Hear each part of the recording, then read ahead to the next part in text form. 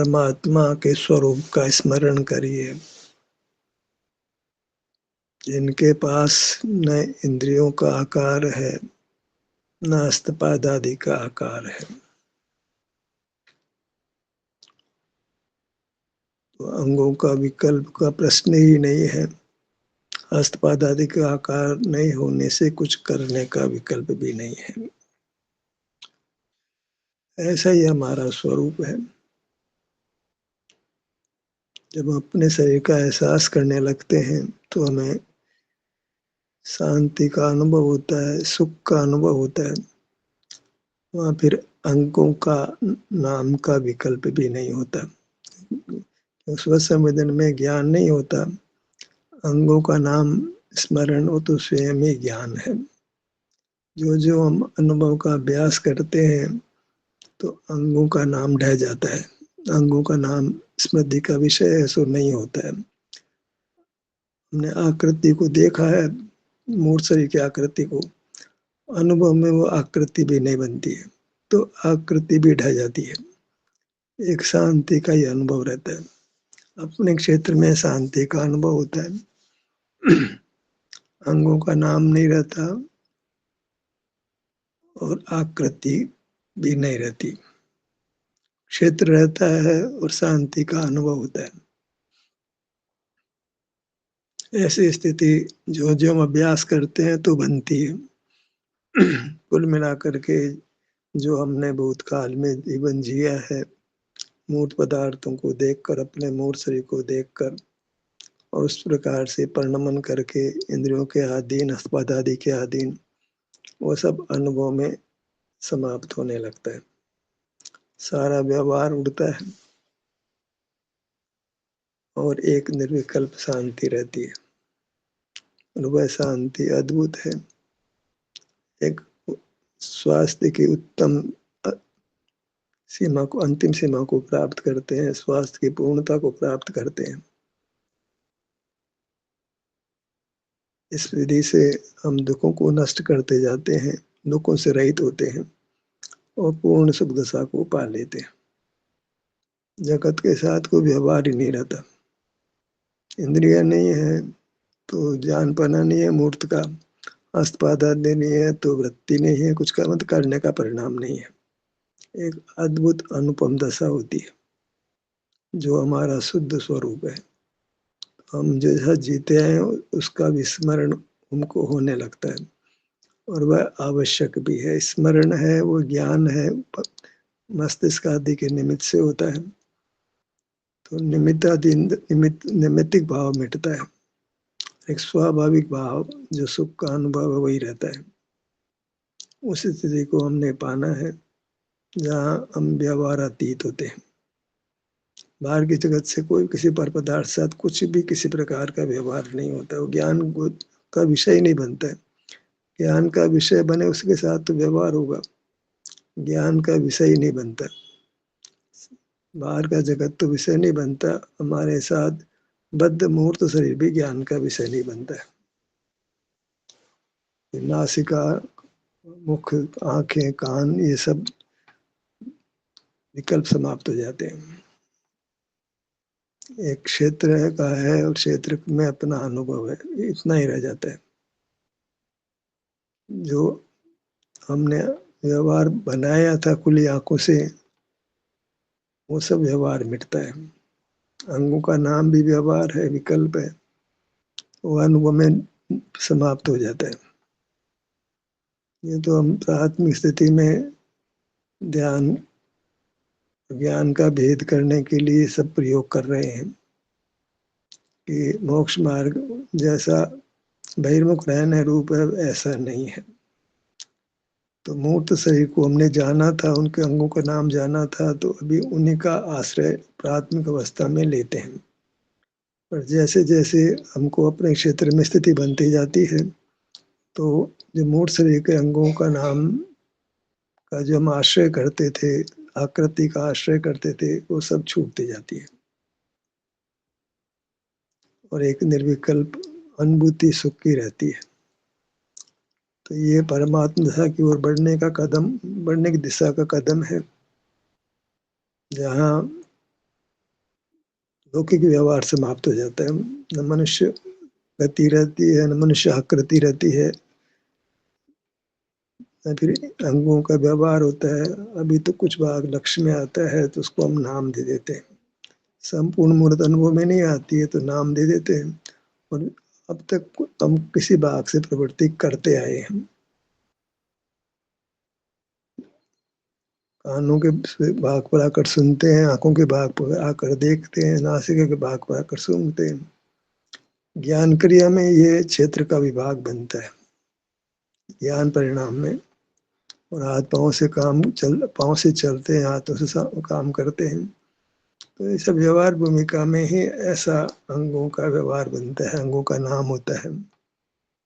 अंगों के आश्रित क्रिया, ज्ञान और क्रिया होती है। और जैसे हम अनुभव का पुरुषार्थ करते हैं, अनुभव का प्रयत्न करते हैं, तो सारा व्यवहार मिटने लगता है, व्यवहार अतीत होते हैं। जो जो जिया, जैसा जीवन हमने जिया था वो सब मिटने लगता है। एक नूतन जीवन उत्पन्न होता है, वही जीवन सारभूत है, जहाँ लौकिकता नहीं है। लौकिकता उत्कृष्ट नहीं होती है, पारलौकिक जीवन उत्कृष्ट होता है। पारलौकिक जीवन माने अपने क्षेत्र का जीवन, बाहर का जीवन, बाहर के क्षेत्र का जीवन सुखमय नहीं होता है। उसमें तो ईश्वर कल्पना होती रहती है। तो इंद्रिय ज्ञान का जीवन है, क्रिया का जीवन है। अनुभव में कोई ज्ञान भी नहीं, क्रिया भी नहीं। हमने तो अनंत प्रतिमा को देखा है, तो वहां तो फिर भी अंगों का आकार है, अंग है, तो उससे हमको एक कंफ्यूजन भी पैदा होता है। हम अपने स्वरूप को वैसा ही मान लेते हैं जो कि हमारा स्वरूप नहीं है। तो अनंत अवस्था भी संसारी अवस्था है, मुक्त अवस्था नहीं है। अभी बंधन है, नाम कर्म भी है, वेदनीय कर्म भी है।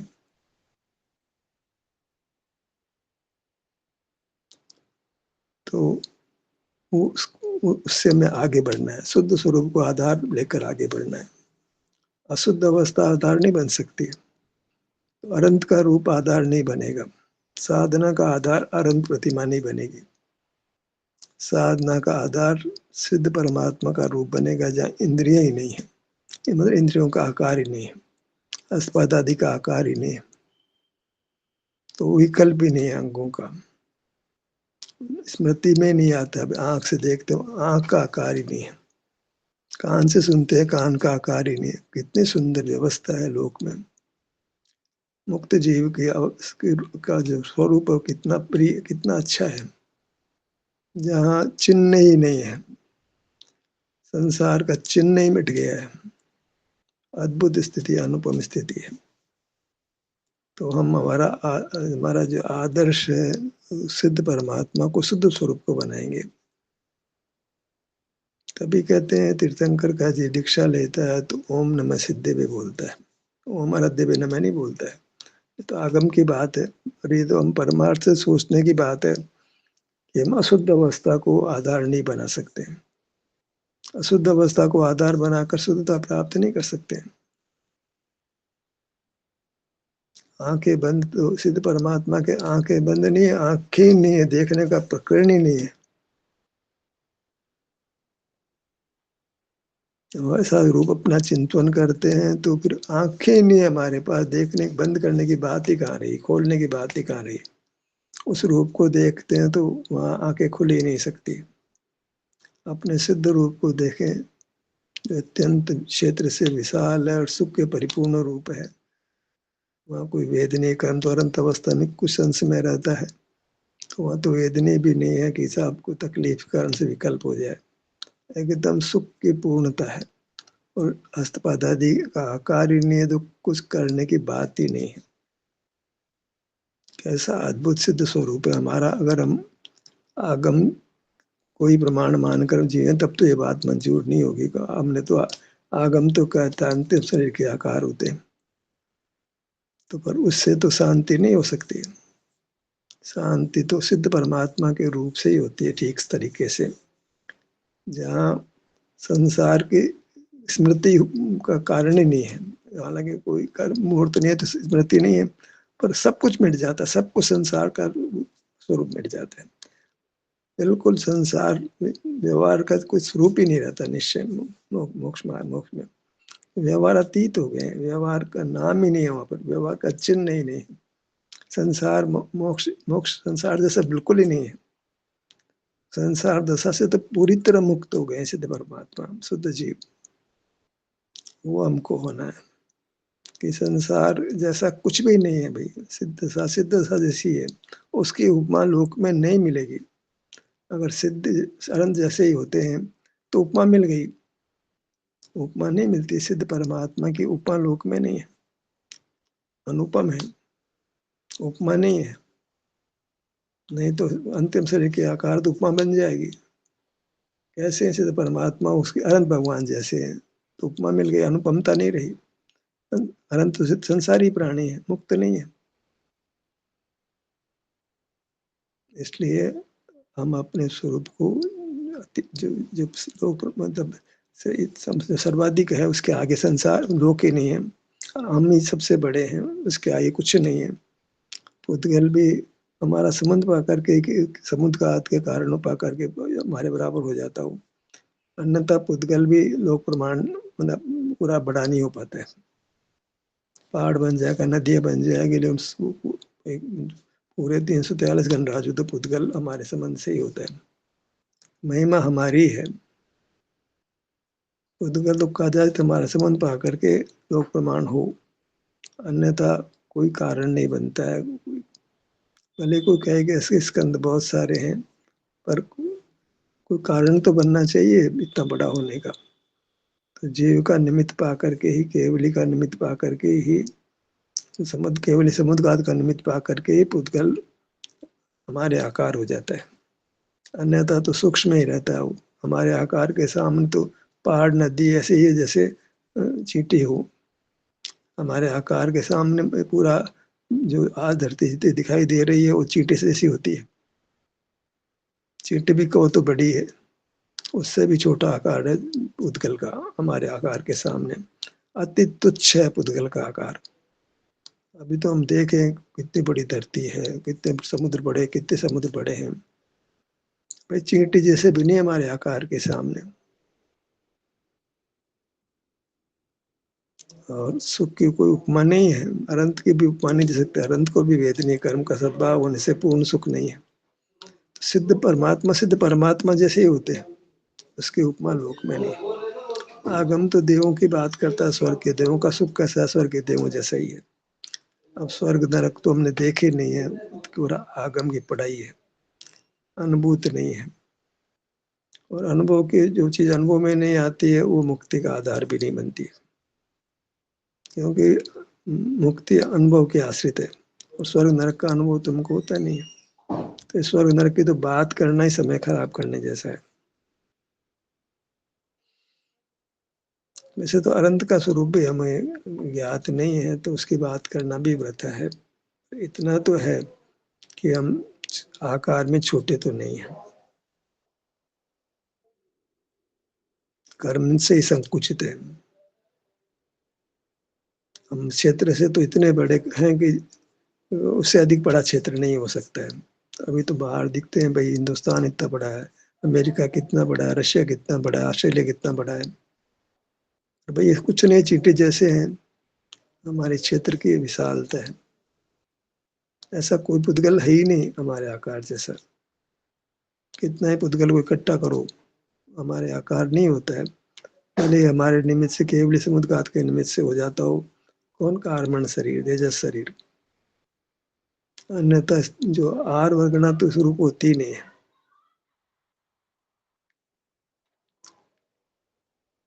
तो अनुभव का इतना अभ्यास करें सिद्ध परमात्मा के स्वरूप को ख्याल रख करके कि हमें अंगों का विकल्प भी नहीं हो।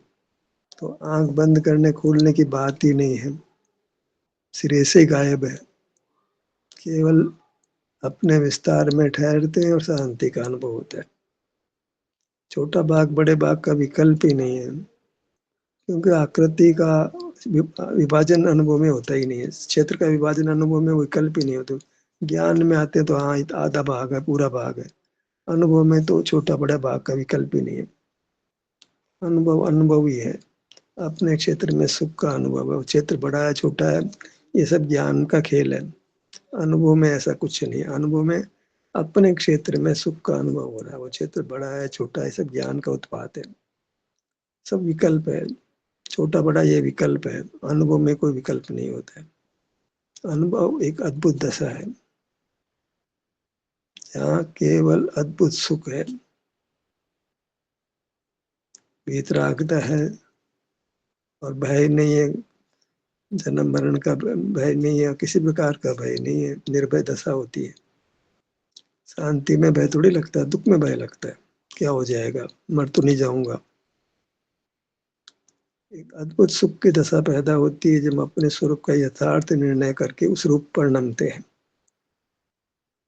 हम तो इंद्रिय जयी है। कैसे इंद्रिय जयी है कि इंद्रियों के आकार का भी नाश कर दिया है। ऐसा हमारा स्वरूप है। मूर्त इंद्रिया तो नहीं है। मूर्त इंद्रियों के निमित्त से जो मूर्त इंद्रियाकार है वो भी हमने नष्ट कर दिया। वो भी नहीं हमारे शुद्ध स्वरूप है। कैसा अद्भुत स्वरूप, कैसे अद्भुत इंद्रियातीत इंद्रिय जयी हमारा स्वरूप है। जहाँ इंद्रिय नाम ही नहीं है। जिनेंद्र क्या हुए कि इंद्रिय नाम ही नहीं है। इंद्रियों को जीता तो इंद्रिय शब्द ही खत्म हो गया। इंद्रियों का आकार खत्म हो गया तो इंद्रिय शब्द ही खत्म हो गया। तो अपने को लोक प्रमाण का मतलब क्या है कि हमसे बड़ा कोई द्रव्य नहीं है। सबसे बड़े द्रव्य हम ही हैं। दो ही तो द्रव्य है, उद्गल और जीवित। उद्गल तो दिख रहा है, तुच्छ है। वो लोक प्रमाण कहाँ है। उसकी कोई सीमा है। असीम नहीं है। हमारा क्षेत्र असीम है। माने इसके आगे कोई उससे बड़ा कोई पदार्थ ही नहीं है। क्षेत्र से सबसे ऊपर है। और सुख तो पुद्गल में है ही नहीं। और पुद्गल भी लोक प्रमाण है ही नहीं। जो पुद्गल दिखाई देता है वो तो लोक प्रमाण होता ही नहीं है। कार्मण उगना तेजस्वर करना तो इंद्रिय गोचर नहीं होती है। वो लोक प्रमाण होती है। वो भी हमारा संबंध पा करके होती है। बिना हमारा संबंध पाके नहीं होती। क्षेत्र हमारा जैसा नहीं होता। हमारे निमित्त से हो जाता है क्षेत्र। हम समुद्गात होता है तो क्षेत्र उद्गल का कार्बन शरीर का होता है थोड़े समय के लिए। फिर हम संबंध टूट जाता है तो फिर वो कार्बन शरीर नष्ट हो जाता है तो आकार नष्ट हो जाता है। वो लोक प्रमाण नहीं रहता है। एक टेम्पररी फेज, थोड़े समय के लिए वो स्थिति बनती है। घंटे भर की ऐसी नहीं बनती। बहुत अल्प काल के लिए वो स्थिति बनती है। न कुछ जैसा समय तो तुच्छ ही रहता है। पुद्गल तो हमारे जैसा होता ही नहीं। हम ही है। हमारे जैसा दुनिया में कोई नहीं है। कंपेरिजन तो पुद्गल से ही करेंगे। वही तो दिखता है। अन्य जीव तो दिखते भी नहीं है।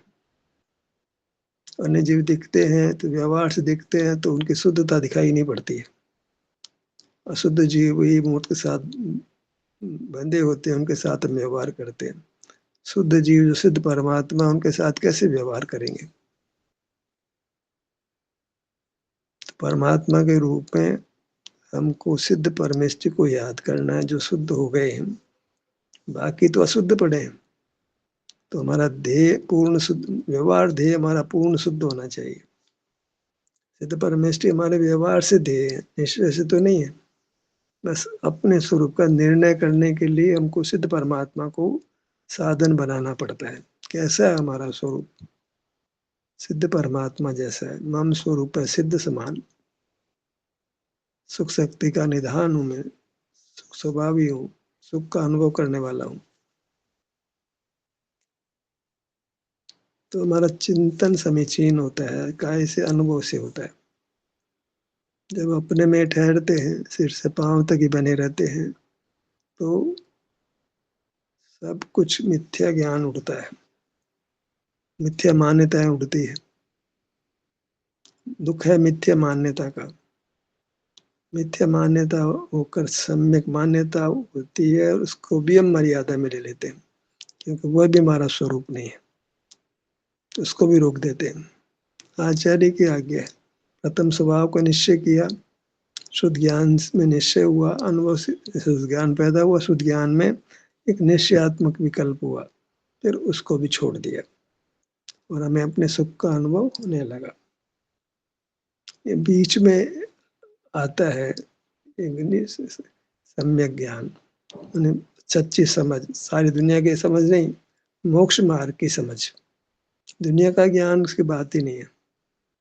मोक्ष मार्ग की सच्ची समझ पैदा होती है। दुनिया का ज्ञान से तो संसार ही बनता है, तो निमित्त भी नहीं बनता मोक्ष मार्ग में। ये सच्ची समझ बनती है, ये होती है मोक्ष मार्ग में, पर निरंतर नहीं रहती है, अल्पकाल के लिए होती है। और हम उसका फल ये है कि हम अपना अनुभव करने लगते हैं। अपने अनुभव छूट के होती है तो वो इतना पतन है कि हम लौट के शीघ्र वापस अपने भीतर आ जाते। पतन तो है ही, ज्ञान में आए तो पतन तो है ही, बड़े सम्य ज्ञान रूप हुए तो पतन तो है। श्रेष्ठता तो मिथ्या ज्ञान के सामने हो रही है। मिथ्या ज्ञान में तो अवसर ही नहीं है। सम्य ज्ञान होता है, उसके बाद ही सब जो है गाड़ी आगे बढ़ती है। अनुभव कर रहा कोई जीव सम्य ज्ञान जब तक नहीं होता, वो जब तक नहीं जाता है, तो अनुभव का भी कोई मूल्य नहीं है। ये समझ लेना चाहिए कि कैजुअली जो अनुभव करते हैं उससे हम कोई 30 मार्क का अपने को सम्य दृष्टि मानने लग जाए, हमारे ज्ञान को सम्य ज्ञान मानने लग जाए।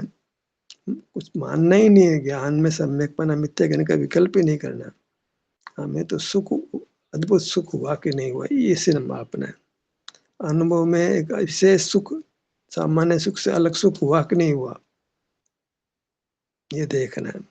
उसी की भावना पैदा होती है। फिर भावना तो बाद में पैदा होती है, पर एक स्थिति बनी है कि नहीं बनी है। जहाँ हम अपने क्षेत्र में रहते हैं, निर्विकल्प रहते हैं और उस कारण वहाँ ठहरते हैं, तो ऐसा सुख तो हमने कई बार भोगा नहीं था। वहाँ तो आकुलता रहती थी, ज्ञान गे बदलते रहते थे। सुख हो तो गे काय को बदलेंगे, आकुलता होने लगती तो गे बदलते हैं। यहाँ ऐसा कोई हिसाब नहीं है, बदलने का सिस्टम भी नहीं है। बाहर तो अनेक पदार्थ बदल लोगे, यहाँ तो एक ही पदार्थ बदलोगे किसमें, आप ही है, कहाँ बदलने की बात ही नहीं, बदलने का प्रश्न नहीं है। भले कैसा आप सिर के भाग से पेट के भाग पे आ गए, वो तो अखंड वस्तु है, उससे कोई फर्क नहीं पड़ता, कोई विषय नहीं बदला, विषय तो वही है, आप ही है। सीने के भाग में भी आप ही है, पेट के भाग में भी आप ही, हाथों के भाग में, तो विषय कहाँ बदला है। बस कुछ भाग पर आवरण है, दर्शनावरण का आवरण है, आगे तो विषय तो होगा वही है। कुछ भाग का हम संवेदन नहीं कर पा रहे हैं, इतनी सी बात है। कोई ऐसा नहीं है कि हमने छोटा भाग कर दिया हो या बड़ा भाग कर दिया हो। वो तो एक आवरण से ऐसी परिस्थिति बनी है कि संपूर्ण मूर्त का संवेदन नहीं हो रहा है, कुछ भाग का ही हो रहा है। पर हमको उस समय को आदि पर्याय नहीं है, पर्याय तो पूरी है। द्रव्य इस प्रकार ही परिणम रहा है, उसके पूर्ण सर्वांग से परिणमन करने का बाधक कारण दर्शनावरणीय कर्म पड़ा है। इससे हम छद्मस्त कहलाते हैं। ज्ञानावरण के कारण छद्मस्त नहीं कहलाते। ज्ञानावरण नाम की तो कोई चीज नहीं है। छद में स्थित है, मन दर्शनावरण कर्म के छद में स्थित है।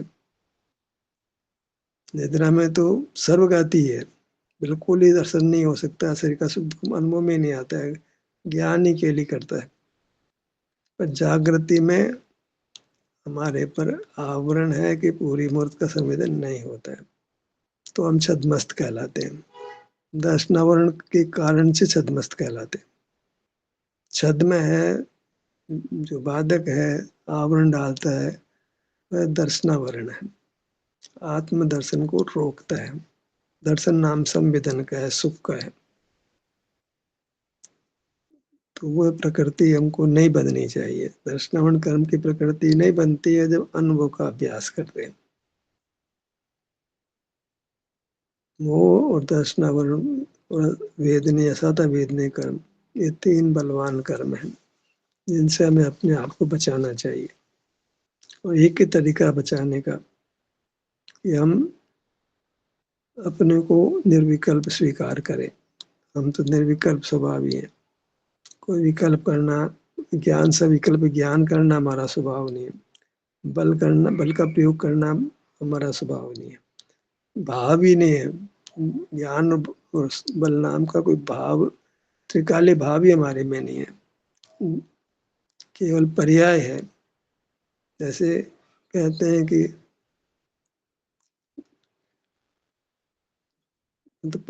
तो पर्याय है और द्रव्य नहीं है। ऐसा ऐसा श्वेतांबर मानते हैं। काल के पर्याय तो काल कानूनी। पुद्गल के साथ ये है कि साहब शब्द तो है लेकिन शब्द नाम का गुण नहीं है।